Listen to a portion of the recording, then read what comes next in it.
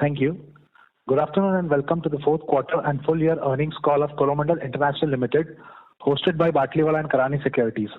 From the management, we have Mr. Samir Goel, Managing Director, Mrs. Jayashree Satagopan, CFO, Mr. Mayur Gangwal, GM Finance. I would like to thank the management for giving us the opportunity to host this call. We would begin the call with opening remarks from the management, post which we will have a Q&A session. Thank you and over to you, sir. Jeet and Harmesh for organizing the conference call. Can you hear me? Yes, sir, we can hear you. Okay. We will give an overview of the business environment experienced during the quarter, followed by the company performance, and then we'll have the Q&A session. Firstly, when we look at the global economy experienced a swift recovery in 2021 with a robust demand revival, uptick in investment and resumption in merchandise trade. The growth was supported by fiscal stimulus extended by the government, leading to a strong consumer demand. As per the World Bank estimates, the economy is expected to grow by 5.5% in 2021. Last year, it had a growth of minus 3.4%. With the advanced economies growing at 5% and the emerging and developing economies growing by 6.3%. As the world steps into the new year, the global economy recovery is facing significant headwinds amid the new waves of COVID-19 infection, labor market challenges, supply chain disruption, and rising inflationary pressures. The war in Ukraine and economic sanctions on Russia have put global energy supplies at risk. Russia supplies around 10% of the world energy, including 17% of the natural gas and 12% of its oil. Further, Russia and Ukraine, which together account for 28 and 18% of wheat and corn global trades, poses significant risk on food security, especially in the low and middle income countries. Going forward, the geopolitical uncertainty, COVID-19 flare-up, rising commodity prices, physical stress, and likely monetary tightening can impact the speed of economic recovery, and the World Bank has forecasted that the world GDP to grow at a modest 4.4% in 2022. Coming now to the Indian economy, India has posted a strong recovery during the year and is estimated to grow by 8.9% in 21-22, subsequent to a contraction of 7.3% in 2021.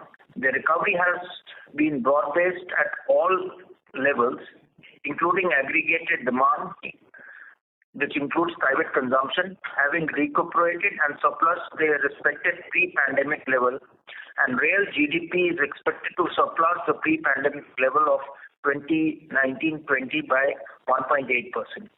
India started its vaccination program from Jan 2021, and in the course of the year has administered more than 180 crores vaccination. With the vaccination program having covered the bulk of the population, the economic momentum is building up, and as per the Reserve Bank of India forecast, the economy is expected to grow at 7.2% in 22-23. India is likely to remain one of the fastest growing large economies in the world. Coming now to agriculture, during the year, India experienced a normal southwest and northeast monsoon which supported the higher Kharif and Rabi sowing. As per the second advanced estimate, food grain output is expected to grow by 2% to 316 million tons.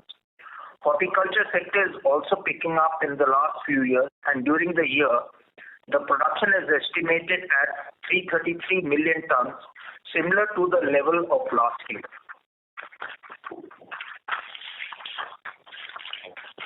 Indian agriculture export crossed $50 billion for the year 21-22, a growth of 20% over last year, with major contribution coming from cereals, sugar, marine, and cotton segments. Considering the 18% export growth registered in FY 2021 and logistic challenges in the form of higher freight rates, container shortages encountered during the year, the trend is highly encouraging and signals competitiveness of Indian farm.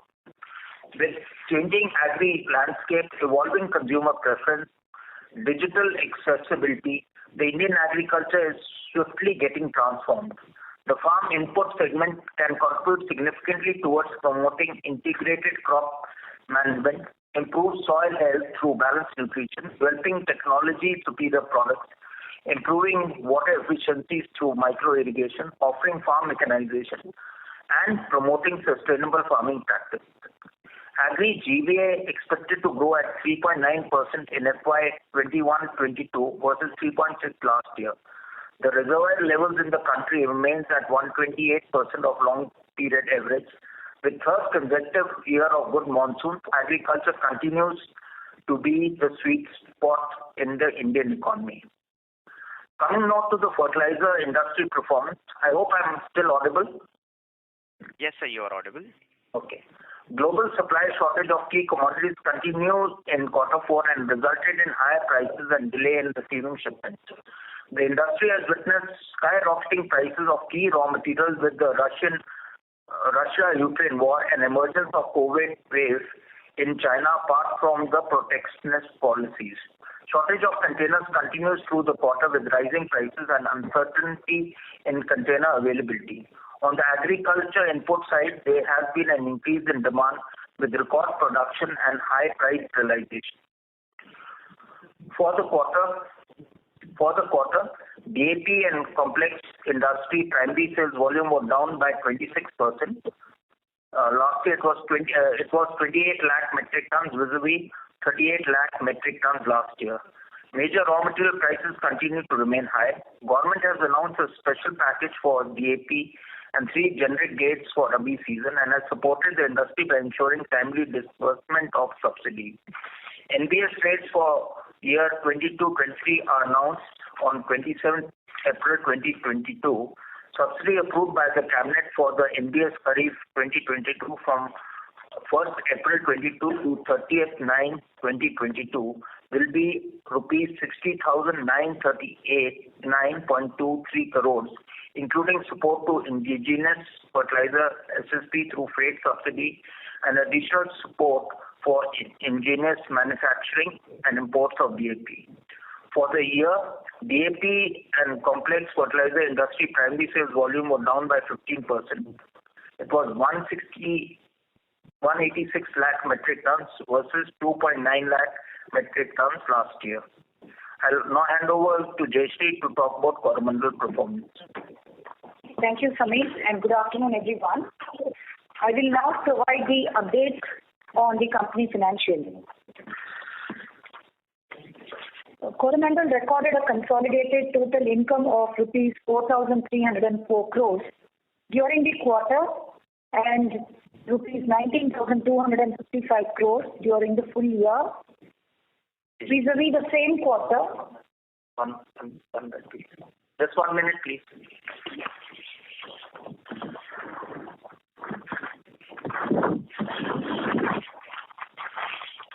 Before going on to the financials, let me also cover some of the business aspects. Coromandel displayed a resilient performance during the year, registering a strong growth across the business segments. This was despite the fact that we had uncertain business environment, initially impacted by COVID-19 related interruptions, followed by geopolitical uncertainties, causing supply chain disruptions, and also firm raw material scenario all through the year. Coromandel registered revenue growth of 50% during the quarter and 35% during the year, driven by both nutrient and crop protection business. Coromandel ensured that agri inputs are made available to the farmers in its key operating markets and promoted the use of balanced nutrition, including organic fertilizers, to help rejuvenate the soil and improve farm productivity. Coming to the company's nutrient segment performance, the nutrient and allied business segment revenue increased by 57% during the quarter and 37% during the full year. Company's thrust to provide specialized fertilizer and greener solutions to the farmers is gaining further momentum in our markets. We launched 2 new products in this segment during the year, and both the products have registered a good growth in S&D and organic segment. On the sales front, in Q4, DAP plus complex volumes was at 6 lakh tons, slightly higher than last year, which was about 5.9 lakh metric tons. For year to date, DAP and complex volumes was at 33.2 lakh metric tons, which is 33.5 lakh metric tons during the previous year. Manufactured DAP and complex volume was higher by 6% during the quarter and 2% for the full year. Imported product volumes were lower during the year. It was lower by almost 28% during the quarter and by 19% for the full year. Company's market share in Q4 was 22.1% and for the full year 17.9%. During the previous year, for the corresponding period, the market share was 15.3% and 15.3% for the full year as well. SSB quarter 4 sales was at 1.6 lakh metric tons with a decline of about 11% over last year. However, for the full year, the sales was at a record 7.56 lakh metric tons, registering a growth of 13%. Our market share improved to 14% from 12% in the previous year for the same quarter. The commercial teams ensure timely availability of raw material to enable continuous production at all the manufacturing plants. During the quarter, our DAP and complex fertilizer plants operated at 73% capacity and 83% during the year. We produced 6.3 lakh metric tons of fertilizer during the quarter, and for the full year, it was 28.9 lakh metric tons. The phosphorus production continued to remain high during the quarter. Progress on our key capex projects is as per schedule. The work on the major capex, which is sulfuric acid plant, has been started and is progressing well. To further enhance the SSP plants, Coromandel has upgraded granulation facilities at Udaipur and has also taken a new facility at Ennore on lease for manufacturing of SSP. Our technology teams are working on nano, liquid and fortified fertilizers to further enhance the productivity of the nutrients. On the crop protection side, CPC business registered a growth of 11% in revenue terms for the quarter and 21% during the full year. This is being supported by a good performance across all its segments: exports, B2B domestic and formulation. The increase in raw material cost and the lag in cost and pricing has resulted in certain levels of stress in the margins. During the period, the business received 6 new registrations, the highest ever in any single year. The business also received 10 Me Too registrations, several endorsements, including label expansions, and has submitted dossiers for novel combinations. The new products launched by the company this year have gained good traction in the market. The business has built in a very rich product pipeline backed by strong R&D capabilities and is also innovators to further strengthen its product offerings in the market. On the manufacturing front, CPC plants operated at a capacity of around 70% for the full year, vis-a-vis 63% during the previous year. Work is in progress, setting up new plants for manufacturing of herbicides at Sarigam. We are awaiting approvals from the regulatory authorities to commence production. The retail stores operated by the company performed well during the quarter, providing all-round agri solutions including products, farm advisory and mechanization services. Retail business has improved its operational efficiencies leveraging technology to reach out to the farmers, and 92% of the stores are currently profitable. We have also seen a good turnaround in the stores in Karnataka during the quarter.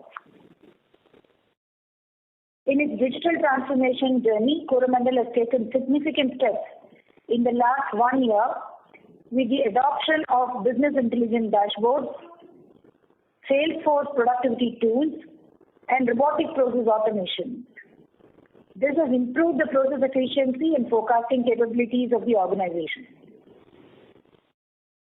Healthy reservoir level and expectation of a normal monsoon augurs well for the upcoming Kharif season. Coromandel shall continue to work to fulfill the needs of the farming community through its innovative products and farming solutions. I will now cover the financials and the results of the company. Starting with turnover, Coromandel recorded a consolidated total income of rupees 4,304 crores during the quarter and rupees 19,255 crores during the full year, vis-a-vis same quarter prior year, where the turnover was 2,872 crores for the quarter and 14,257 crores for the full year. This represents a 50% revenue growth in the quarter and 35% for the full year. Nutrients and allied businesses contributed to 87% share, the balance coming from crop protection business. The percentages are the same for the quarter and full year. Subsidy versus non-subsidy share of business stands at 82% and 18% during the quarter, and for the full year, 81 and 19%. Corresponding numbers for the previous year, 74% and 26% for the fourth quarter, and 78% and 22% for the full year. And moving on to the profitability, consolidated EBITDA for the quarter was rupees 417 crores, vis-a-vis rupees 262 crores of last year. EBITDA for the full year is 2,196 crores, vis-a-vis 2,023 crores of last year. In terms of the subsidy and non-subsidy share, it stands at 59% and 41% during the quarter, and 70% and 30% for the full year. Previous year, the ratios were 55% and 45% for the fourth quarter, and 72% and 28% for the full year. Net profit after tax for the quarter was rupees 290 crores in comparison to rupees 156 crores for the corresponding quarter last year. For the full year, net profit after tax stood at rupees 1,528 crores, vis-a-vis rupees 1,329 crores during the previous year. On the subsidy front, during the quarter, company received rupees 2,618 crores towards subsidy receipts. The comparative figure for last year was rupees 2,943 crores. For the full year, company received a subsidy of rupees 7,077 crores, vis-a-vis rupees 5,040 crores in the previous year. Subsidy outstanding as on 31st March 22 was at rupees 294 crores, vis-a-vis 590 crores during the previous year. I will now cover the interest income. During this quarter, company earned net interest income, excluding the in-layer interest, of rupees 32 crores, vis-a-vis interest income of 7 crores in the same quarter last year. For the full year, company earned a net interest income of rupees 66 crores, vis-à-vis 28 crores of interest cost in the previous year. Company's balance sheet continues to remain strong with zero debt. Company maintained a surplus funds in board-approved securities, and these are earmarked for specific growth-related investments which the company is currently pursuing. On the forex front, we have seen that the rupee has been quite volatile in the last quarter, moving in a broad range of 73.70 to 76.90. Company continued to follow a very conservative approach in terms of hedging and managing its forex exposure, and this has been managed quite well. On the dividend front, the company and its board had approved an interim dividend of rupees 6 in February, and this was paid out in March. The board, in its meeting held on 28 April 22, has recommended a final dividend of rupees 6 per share. With this, the total dividend for the year is rupees 12 per share. It corresponds to the dividend of rupees 12 per share declared in the previous year as well. Thank you all for your interest in Coromandel and joining us in our call today. We will now open the session for question and answers. Thank you very much.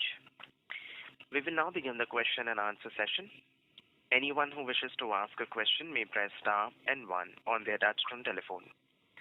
If you wish to remove yourself from the question queue, you may press star and 2. Participants are requested to use handsets while asking a question. Ladies and gentlemen, we will wait for a moment while the question queue assembles. Reminder to the participants, anyone who wishes to ask a question may press star and 1 at this time. The first question is from the line of Vishnu Kumar from Spark Capital. Please go ahead. Thanks for the opportunity, sir. So the first question is on the margin. Sorry to interrupt you, Mr. Kumar. The audio is very low. Hello? Am I audible now? Yes, sir. Hello? Yeah. So the first question is on the margin outlook. Can you help us understand how you kind of look at margin, say, for the next 6 months or 1 year, given that, the subsidy revisions have taken place now? Is there any change in outlook from what you thought previously? Good afternoon, Vishnu. We have seen that day before the government has announced the new NBS rate, which is also in line with the increase in the raw material prices that we have seen in the industry. Currently, the outlook for raw material continues to be firm, and this relief by the government should actually help in sort of offsetting some of the increased costs. As far as Coromandel is concerned, we think the profit levels would be similar to what we have seen in the past. We are expecting close to 4,000, 4,500 rupees per metric ton in terms of EBITDA on the manufacturing products. The backward integration undertaken by the company a couple of years back, especially on the phosphoric acid plant, has actually helped in the last year's performance, and we believe that it would continue to help us going forward as well, because the value gap between bought out acid and manufactured acid would help us to retain the margins even as we go along. And we are also looking at debottlenecking the PA plants, both at Vizag, PAP1 and PAP2, to see how we can increase the capacity utilization and also move the PA production to close to 1,350 tons per day. So the value gap capture is going to be critical for us, and we think that will actually play a very key role. Apart from the flexibility that the manufacturing plants have now developed in processing various kinds of rocks, which also helps us to take advantage of the cost of manufacturing. So that's as far as fertilizer is concerned. On the crop protection, you would have seen this year has been witnessing high RM prices as well. However, some of the new products, especially on the formulations that have been introduced, had helped us to get a better margin on our domestic formulation. There are 4 more products that are planned for the coming year, and those would be introduced in June 22. They are combination products as well as products that are coming out of our captive generics, and therefore we believe this would help us in further strengthening the margins. We did have a lag between the cost and the price, which our teams are also trying to address, and you'd have seen that partly helping us in Q4, and we expect that momentum to continue. On the technical front too, we are looking into 3 new molecules and MPPs coming up for that. So overall, the crop protection side also, we should see the margins on an upward trend. Yeah, helpful. Just a couple of follow-ups there, ma'am. So one, on the backward integration, so we are roughly around 60%. So what is the extent to which we can achieve, and what is the limitation for us to not to get to 100%? That's one. And second thing, on the recent subsidy increase, whatever that has happened, coupled with the MRP price increase, whatever we have taken. So based on current levels, do we have some headroom in our existing NPK grades for absorbing any further cost increase? These are 2 follow-ups. Okay. So as far as phosphate is concerned, we used to import somewhere close to 5.5-6 lakh tons of phosphate until a couple of years back. Currently, we are expecting this to be around 3.5-4 lakh tons. With the product mix that we are evaluating, this could further come down. The 10th evaporator that had been commissioned at Vizag has actually helped us to also concentrate and move the strong acid to Kakinada. For us to get 100% captive, we may have to look into another CAP plant, and this also has considerations in terms of rock availability, environmental clearance, approval, so on and so forth. So currently our strategy is to see how do we minimize the import of phosphate by increasing the throughput in the existing facilities. When we had both PAP 1 and 2 coming in, the capacity of those was about 1,100 to 1,150 metric tons per day. We are gradually moving it up to say 1,300 to 1,350 tons per day, which will sort of reduce the requirement from the 5.5 that I was speaking to say 3.5 to 4. Even at Ennore, we are now 100% using our own acid. It's only for the Kakinada plant, which is not a fully integrated plant. We will continue to have imported acid. So unless we put up another plant, we will not be in a position to get to 100% on our own. On the other hand, we have our JVs in Tunisia and South Africa, where our operations teams are going there to further support and see how we can maximize the throughput. Both these have been having some challenges, one or the other, over the last 2-3 years. In Tunisia, we had 3 of our engineers. Now our partner is also having few more sent. So that's the way we are trying to manage the phosphate. As far as the question in terms of how will we be able to manage the cost increases of raw material, it also depends upon the grades. So there is a mix. There are certain grades where if they are not going to be profitable, and there are certain other grades that are going to be profitable. The mix is going to play a key role, and Coromandel will be working on it. Thank you. Mr. Kumar, may we request that you return to the question queue for follow-up questions? Ladies and gentlemen, in order to ensure that the management is able to address questions from all participants in the conference, please limit your questions to 2 per participant. Should you have a follow-up question, we would request you to rejoin the question queue. The next question is from the line of Ankur Periwal from Axis Capital. Please go ahead. Hi. Congratulations on a good set of numbers and thanks for the opportunity. So first question on the crop protection side.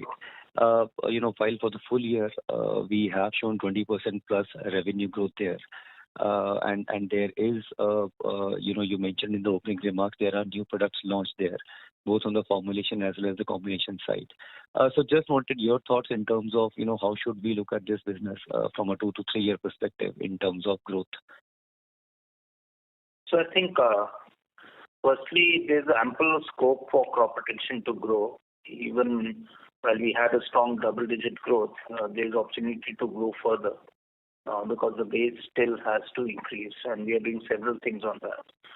Of course, we need to ensure full raw material availability to ensure that the technical plants are fully operational. So that's one thing, and we'll continue to grow both what is called our international markets, domestic B2B, and also a lot of scope in the formulation business to grow. So that's where it is. And the other strategies, like Jashi was saying, is to go for the new generation project and the combination project, and we have a huge pipeline of that, which actually helps us with better margins, and not only that, they are more effective use and adopted by the farmers. So we see that business continuing to do well, and we hope that the margins also will improve as and when we keep introducing new molecules. So that's going to be our strategy. We'll also look at any other inorganic growth opportunity which may come along with it. Sure, sir. And the earlier geographic distribution that we had talked about in the domestic market itself, is that expansion on the distribution network side largely done, and we should be seeing the benefit of that panning out going ahead, or it's still working progress? There are 2 things we are looking at business to grow. One is we have to still leverage a lot while we have done better, but there's still a lot of scope for the business to grow, particularly in our key markets of AP, Telangana, and Karnataka, Maharashtra, and MP. Now, one of the strategies which we have is to leverage the strength of our fertilizer distribution to ensure that we fill up whatever gaps are available, and also to have a stronger agronomist and a demand creation structure on that. So there's still a lot of scope. At the same time, we have areas where because of the new molecules, including combination which we are having, is to address all the growth, all the applications which the plant may require. So we are bridging the gap. At some stage, take paddy cultivation, we only was at 20 to 25% of the need of crop protection. We have moved this up to 60 to 70%, including, and we are basically more centered towards insecticide and fungicide. Now we are actually completing the entire cycle. So that is the progress which we are making, and hence there's a lot of scope, for our crop protection business to grow, given our strength on the fertilizer side, and also our retail outreach, especially in AP, TG, and Karnataka. Sure, sir. That's helpful. And my last question on the capital allocation side. Now, on the balance sheet, we already have around 3,500-2,000 crores. And we are generating incremental, give and take 2,000 crore plus every year. You did mention that we'll be debottlenecking some bit of fertilizer capacity there. So any thoughts there in terms of how should one look at the capital allocation incrementally? So, Ankur, the way we are looking at capital allocation is to see how we can further strengthen the backward integration for fertilizer. There's a good amount of capex has been planned for it. We had last year approved the SAP 3 plant, which is about 400 crores, and most of the work will get completed this year. Almost 90% of the work should get completed this year. We're also looking into some debottlenecking, as I was mentioning earlier, on the PAP and also in some of our trains. Apart from the normal CapEx that would be there. The main area where we are focusing currently is also to see how we can further strengthen on CPC with the new multipurpose plants. The business has come up with a proposal, and we are also looking into further strengthening on the bio side. Now, there are opportunities on the specialty nutrients, especially on the liquid fertilizer. Last year, we had launched commissioned a liquid fertilizer plant. We are looking at further expansions there. These are all what we are planning internally, where the capex could be around 750 to 800 crores. Beyond this, we're also evaluating any good inorganic opportunity. So that's how we are looking into the use of surplus funds, and capital allocation primarily is going to be for the high EBITDA businesses, which comprises of CPC, Bio, S&D. Sure, and that's encouraging. Just one clarification: 700 to 800 crores capex is over next year itself, or it's over a period of time, over 1 or 2 years? The coming year, this year. And if the broad breakup here will be out of 800, 400 is going for the sulfuric acid plant, and the balance will be for the other projects which you mentioned. Exactly. Okay, great. That's helpful, ma'am. Thank you and all the best. Thank you. Thank you, Ankur. Thanks for the Thank you. The next question is from the line of Tarang from Old Bridge Capital. Please go ahead.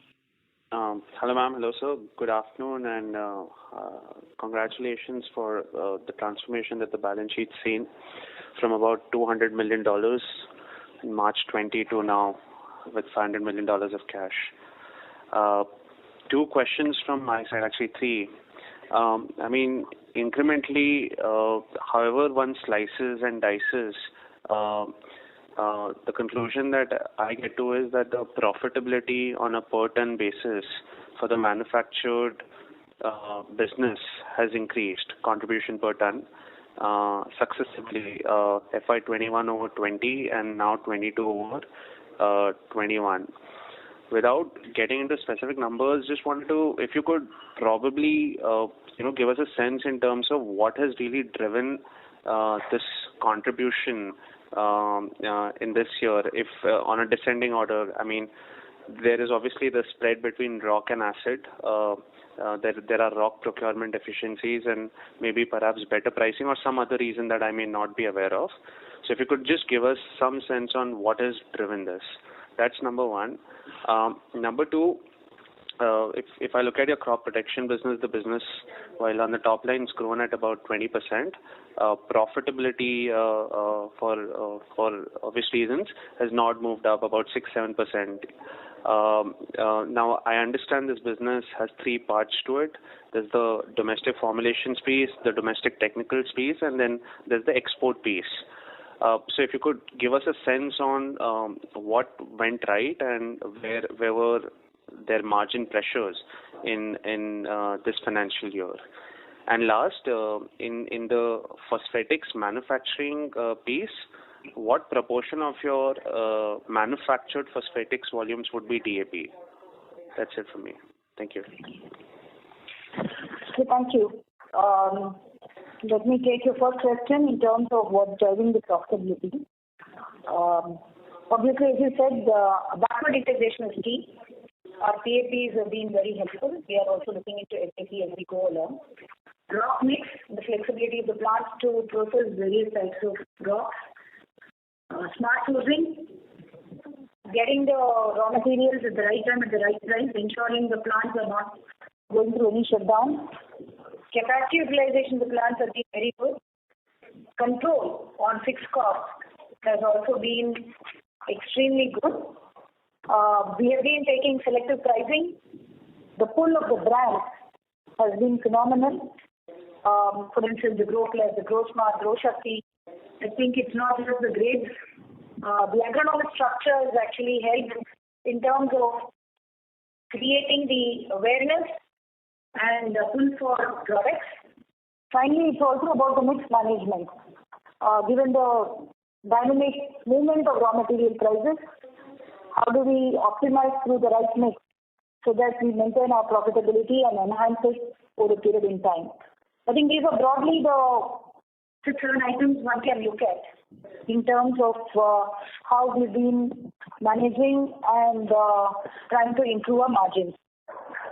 As far as your second question on CPC is concerned, we've seen a good growth over the last year because the previous year we also had a bit of a challenge in the first quarter because of COVID. Our plants were not able to operate at full capacity. So plant capacity utilization has been up compared to the previous year. The domestic formulation, we've seen an increase in our margin profile, whereas we have seen some amount of stress in our export market, mainly on Mancozeb. As we mentioned earlier, looking into newer technicals as well as formulation is going to be the key for us to enhance the margins in the crop protection business. And we are currently working on a good pipeline of products there. The third one was on how much of DAP do we manufacture? Phosphatic manufacture. Yeah. In the phosphatics, I would say about 7-8% would be a share for DAP. And we can produce more if we do our other grades of NPK vis-a-vis DAP, given the consumption of PA in DAP is going to be higher. Wherever we are able to get DAP at reasonable prices for imports, the company has been following a strategy of manufacture as well as imports to meet with the requirements in the market. Sorry, I missed that number. Was it 8% you said? Yeah, it's between 7 to 8%. Got it. Thank you. Thank you. The next question is from the line of Bharat Sheth from Quest Investment Advisors. Please go ahead. Hi, congratulations, Samir and Jayashree, for excellent performance. Hello. Yeah, thanks. We can hear you. Thanks, Bharat. Hello. Am I audible? Yes. Are you audible? Yeah. See, Jayashree, first question is on this sulfuric acid plant. So when is expected to commission? How much this can add to the contribution to the gross margin once it is commissioned? So we will probably have it by June of next year if all goes as per plan. So you can expect it to meet the Kharif requirement for next year. Okay. And this is more of an intermediary which we have come. It helps in the times when the sulfuric prices are high, and is a question. So we will be reducing our dependence on imported sulfuric acid, as compared to doing in-house manufacturing. And it will give us a flexibility for us to look at, and at that time, the pricing flexibility to see whether we want to import acid and then burn it, or we need to do our own manufacturing. Okay, and is that fair understanding that it also is a part of the allow us to increase the phosphoric acid capacity? It's the other way around. If you have more phosphoric acid capacity, you would need more sulfuric acid. Yeah. For that, either import depending on the price of sulfur, or you can and sulfuric acid, or you can import sulfur and burn it. So that's the way it is. It just gives the flexibility which we have. Okay. And apart from the logistics challenges which could happen as you increase your capacity of phosphorus. Okay. And is there any plan to debottleneck or expand the capacity on or a complex side, NPK? So we are already doing that. We are looking at a line, looking at how we can make them more efficient, and we've been quite successful at that. So we continue to do this as part of our project at all our three plants, and looking at how we can get a better throughput through all the. We have 3 lines in Vizag, 3 lines in Kakinada, and also 1 line in Ennore, and we are looking at further expansion on that now. But obviously, a lot all also depends upon the price of raw materials, especially at Kakinada, and how much we want to operate. Okay. Last 2 questions. See, what is our current mix of formulation and a technical grade in CPC business, and where do we see this next 3-year time with the kind of new product registration pipeline, and we are continuously introducing new product? So our technical plants actually supply both. We do export in technical plants, for export market. But at the same time, the technical plants are also used for making our formulation. And the whole idea is to increase more and more of our formulated products using our own technical raw material, including looking at combination projects. So that's how we are looking at it. Currently, our capacity utilization is 70%. We are also looking at, making some of the plants more fungible, so that we can then look at making molecules which are making money and where we are more competitive. That's how we are looking at it. Okay, and continuation to the second. See, what is the total contribution of other business like plant growth, nutrient, organic manure, and retail in overall top line, and what percentage of EBITDA it is operating, and how do we see the growth in that business? Okay, coming to specialized nutrition, which includes organic, we are very happy. We are having a very strong CAGR growth. We do believe that this business will continue to grow as the farmers get more adopted, and with the help of our own sales and agronomist team as people get more adapted to it. So we are seeing this as a future of the business, and this includes, getting into applications like drones. We've already launched what is called a liquid fertilizer plant, which will give us both, things which can be used for sprays and other things. We are increasing our manufactured volumes in specialized nutrition by upgrading our plant, because we want to capture the entire value chain on that count. So we do see this as a future growth business, and it will continue to do well. And we have integrated the teams, and we are expanding beyond our current markets where we are. So definitely it's a business for the future, the way we see it. And you talked about retail. Our retail main emphasis was 3 things that happened on retail. While we grow on the top line, our main thing is to continue to promote our own manufactured products across the retail chain. Also have what is called value additions on new categories which are there, but obviously look at products which are making margins. What we have done this year is to ensure that all stores are getting profitable. We have closed down some loss-making stores, so now 90% of our stores are profitable. We aim to make it 100% before we look at further expansion.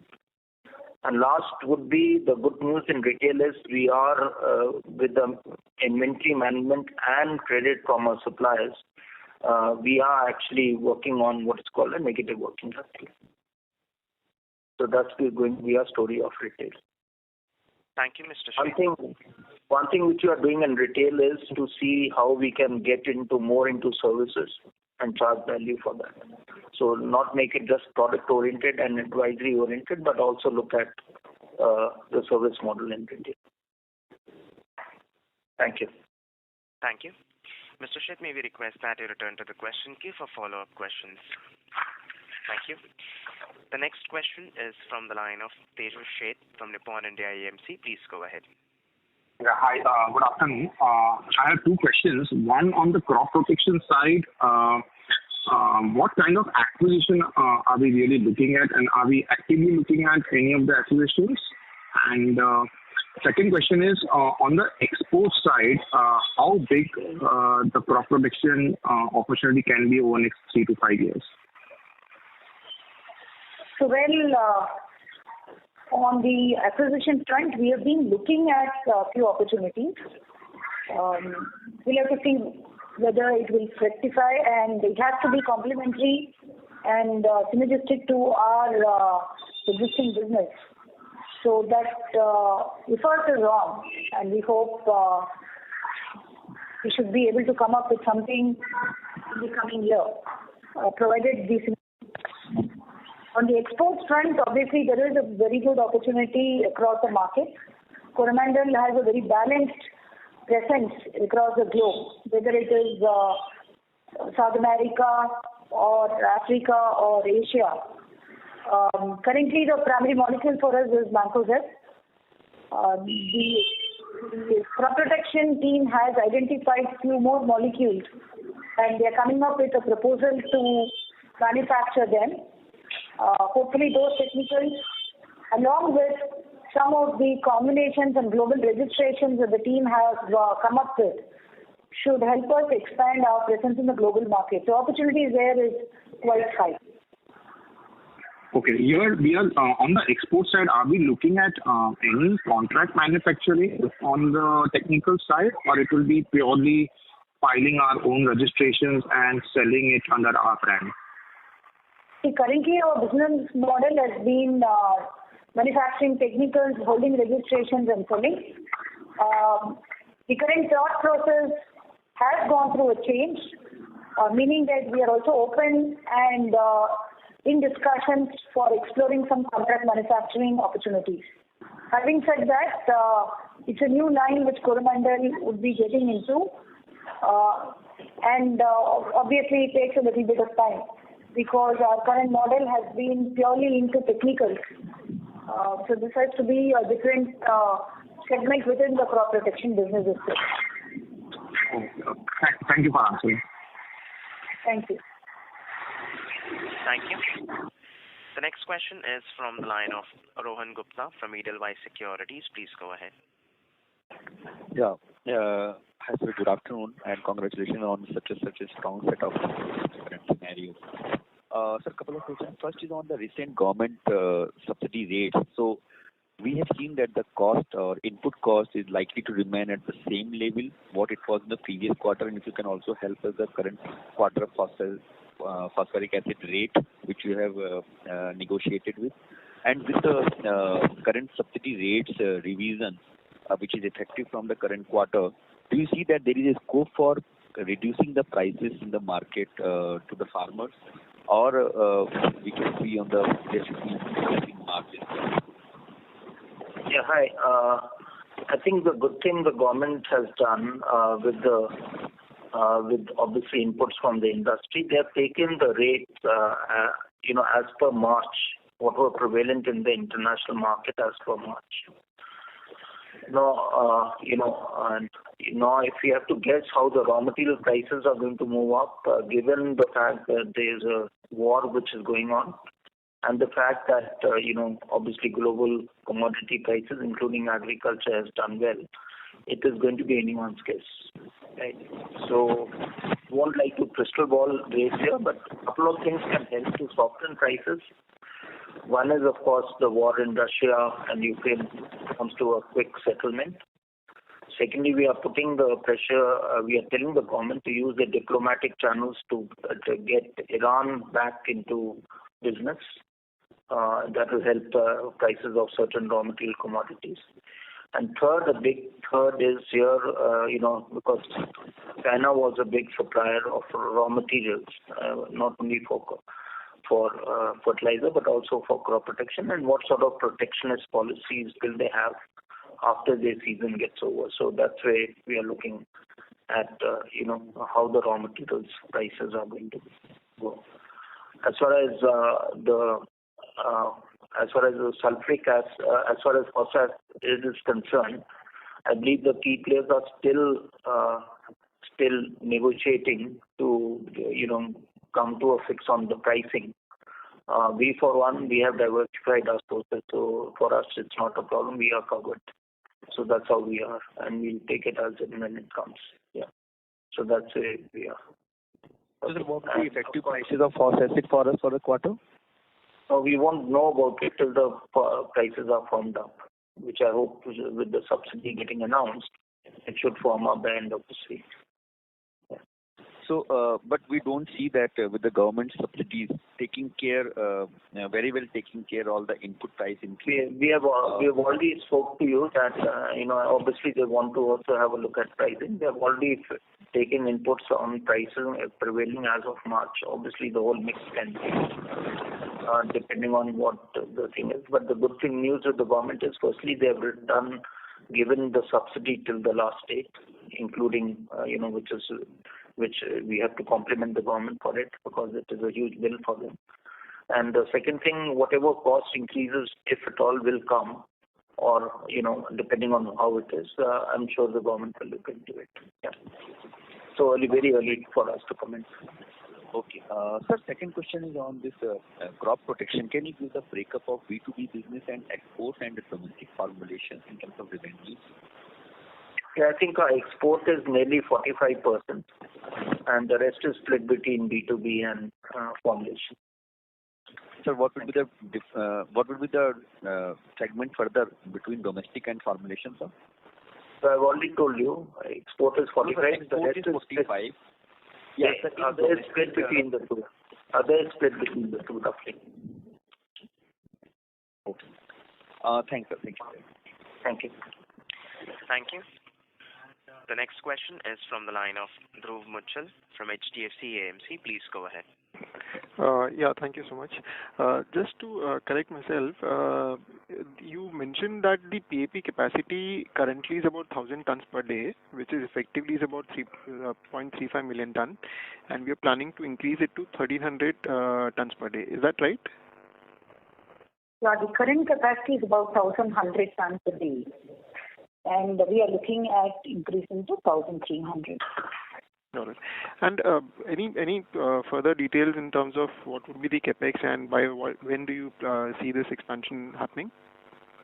This is mostly debottlenecking, so it would not require any major capex. So definitely some amount of capex would be required. It is being factored in our business plan for the year. I think on an average could be about 10-15 crores. That's the type of capex. A lot of this has been taken care in the APA which we have done.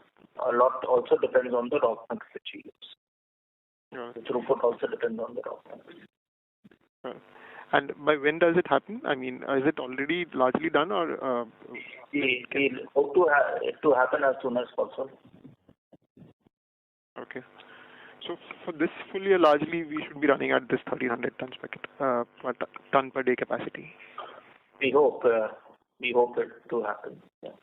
A lot depends on, and we are closely monitoring that. Sorry, I'm sorry from a lack of understanding. I'm just trying to understand.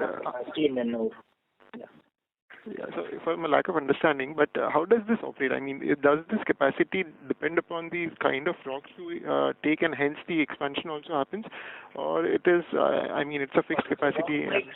Rock mix ratio does play a role because we have to balance out. Yeah. Okay. So part of this increase is also driven by your expectation of better rock grades. Sure. Okay. Got it. Sure, sir. Thank you so much. Thanks. Thank you. The next question is from the line of S. Ramesh from Nirmal Bang. Please go ahead. Hello. Good evening and thank you very much. Congratulations on your results. So, first thing is, if you look at the Sorry, Mr. Ramesh, the audio is not clear from your line. Please use the handset mode. Can you hear me now?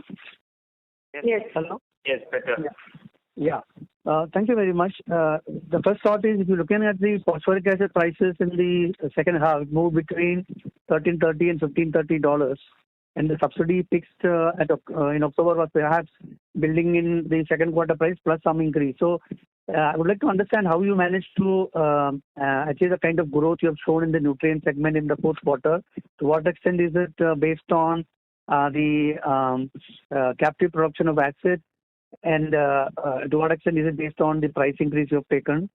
And secondly, what is the kind of volume growth we can expect for the Kharif in both nutrients and crop protection, assuming that the monsoon is normal? Okay. Thanks, Ramesh, for the question.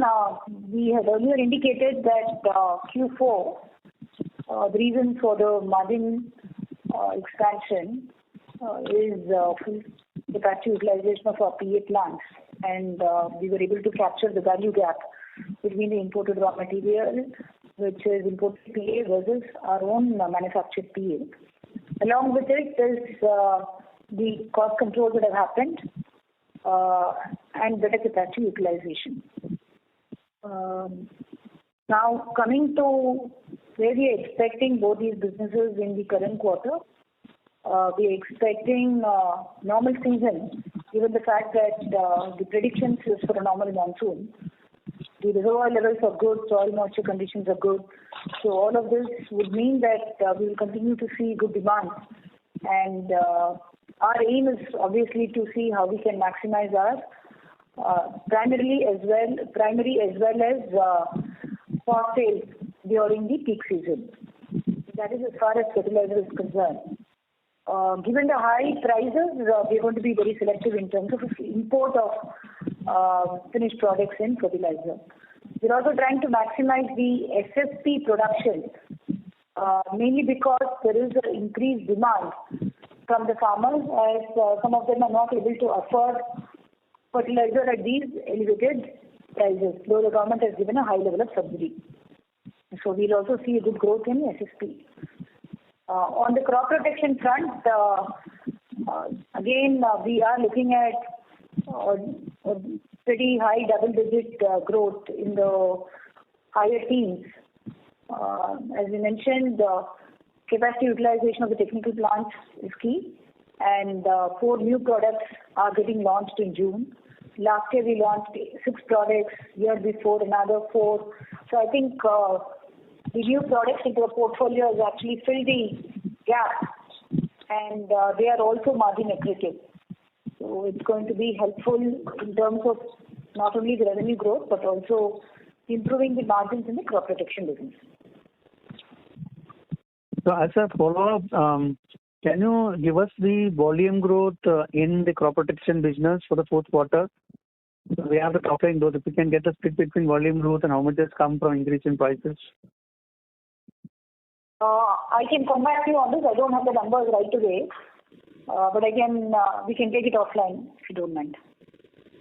Thank you, Mr. Ramesh. May we request that you return to the question queue for follow-up questions. The next question is from the line of Abhijit Akella from Kotak Securities. Please go ahead. Yeah, good afternoon, Sameerji. Good afternoon, ma'am. Congratulations on a great quarter, and thank you so much for taking my questions. Just had a couple of clarifications regarding the phosphoric acid segment. So one is just wanted to understand a little bit more clearly for myself how much our annual requirement of acid is, how much we are currently producing, and where we expect to go to over the next foreseeable future. Okay, Abhijit, our total requirements in Vizag and Ennore is fully met with the production in these facilities, right?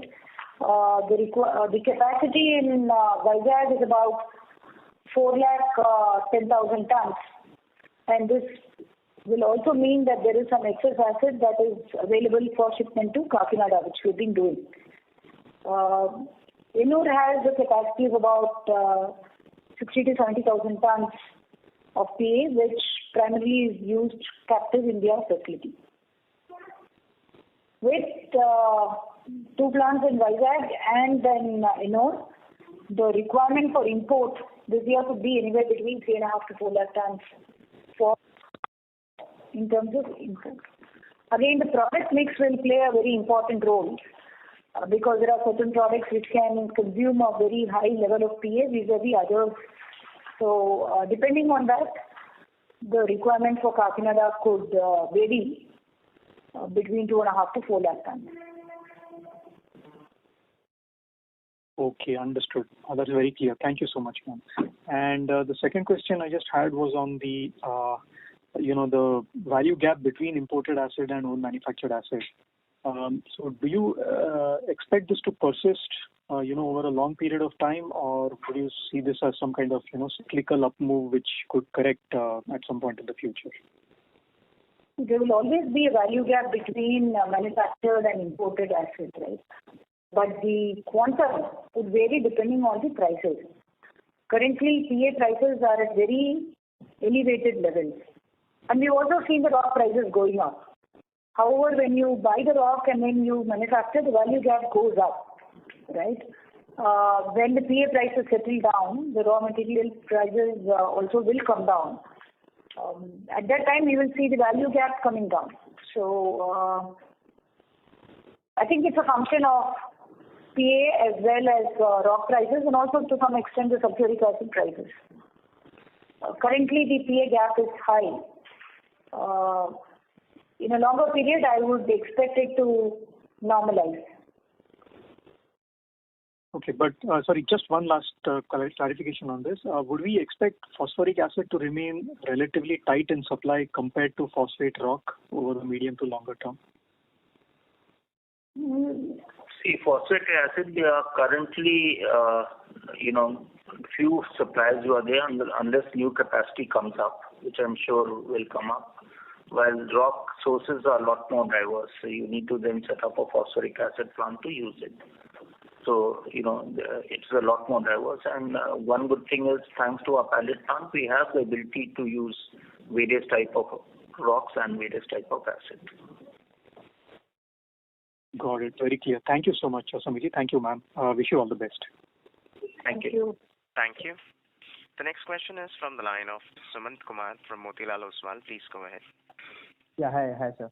So my question is regarding if there is a further price increase in phos and ammonia, so will government is going to give additional subsidy, or government will give us power to increase the price of NPK and DAP? I think there will be we can't say what the government will do. The government has been helpful. If you see the subsidy prices, this has been fixed up till for Kharif season. So that's where they are. Now, of course, a lot will depend on how the prices behave. But what the government is looking from their side is to get long-term contracts with all manufacturers and suppliers so as to ensure availability. The key thing is to ensure availability of fertilizer during the current Kharif season. And we'll have to take how it comes. So they are monitoring that closely. No, but if there will be a price increase in phosphoric acid, are we going to increase the price? The prices will vary it depends on things. It's not just price of phosphoric acid, it's price of ammonia, right. Price of sulfuric acid, a lot of other things. So a lot of numbers of factors will play. So we can't say just on one particular price what's going to be, and how it's going to play. It's also a question of demand and supply in the international markets. No, government has restricted to increase the price in the past. If the price increases from here, so we have seen in FY22, government has given additional subsidies apart from all the prices has been fixed. So do you think the government will give additional subsidy? Government has looked at the workings, which is up till March.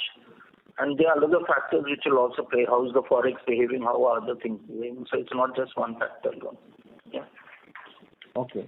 The next question is for the technical overall our crop protection export side. We have seen we are struggling with the new product and we are still the higher sales of Mancozeb. Newer product development and sales is becoming a challenging for Coromandel, and there is a huge opportunity in technical side.